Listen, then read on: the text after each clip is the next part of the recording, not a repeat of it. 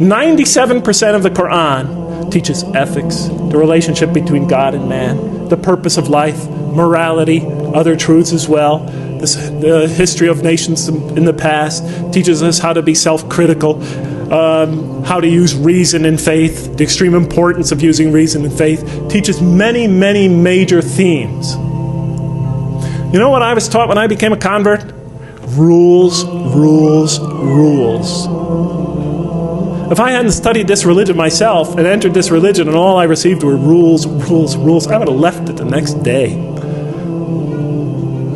Thank God I read the Quran first. If we're going to draw these indigenous people, our own children, that second, third, and fourth generation, those converts and non-Muslims into this religion, let us begin by following the model established by God himself through his prophet Muhammad. Peace be upon him. As he once said to Mu'adh bin Jabal on his way to take the dual leadership of the community in Yemen, he said, as you all well know, he said, first teach them that there is no God but God, and that Muhammad is his messenger. And when they have fully understood that, then teach them how to pray. And when they become consistent in that, and they've developed in that fully, then teach them about fasting during Ramadan. And then once they've accomplished that, then teach them what? About paying zakat and making the hajj. And so forth and so on. He said, make things easy for people and do not make them difficult, and inform them of the glad tidings and do not repulse them. I mean, you've all heard it before. You've all heard it before. Do we practice that here? We're trying to win these kids back over to this religion. We're trying to bring a community of people into listening to this religion. And the first thing we do is get them in that door. We tell them, okay, you cover your hair, you do this, get rid of the gold. Okay, don't do this, don't do that, don't do that. I don't mind telling the people what are the Muslim behaviors or whatever. But that's become we are obsessed with only that. I've attended Friday prayers for 20 years now in this country. And every Friday it's the same thing. The speeches are either political, about Muslim politics, or they're about rules and regulations, or somebody's diatribe about, problems going on in the Muslim community. They never discuss the other 97% of the Quran. Virtually never. Or else it's just brief allusions to that.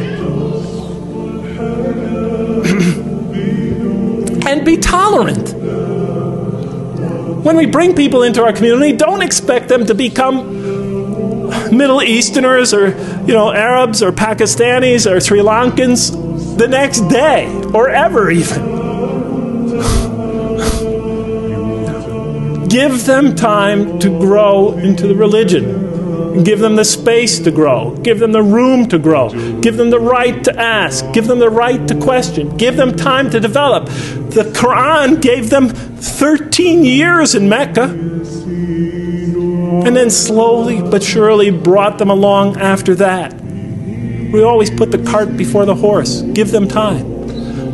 If our kids come to our community not so modestly dressed, it's better that they come than not come at all. We have to start, if they have this or that problem, if their behavior is not perfect from our particular perspective, it's better that they come and hear the message. It's better that they work out for themselves what it is to be a Muslim in America. Because that's the generation that's going to have to take this into the future. It's better for them to be among us than not to be among us. If the Prophet and his companions adopted our approach, there'd probably be no Muslims today. How about the time the man came and he urinated in the mosque in that famous hadith report? The companions were ready to kill the guy. The report says that they already had their hands on him. How do you know? Because the report says the Prophet said, let him go.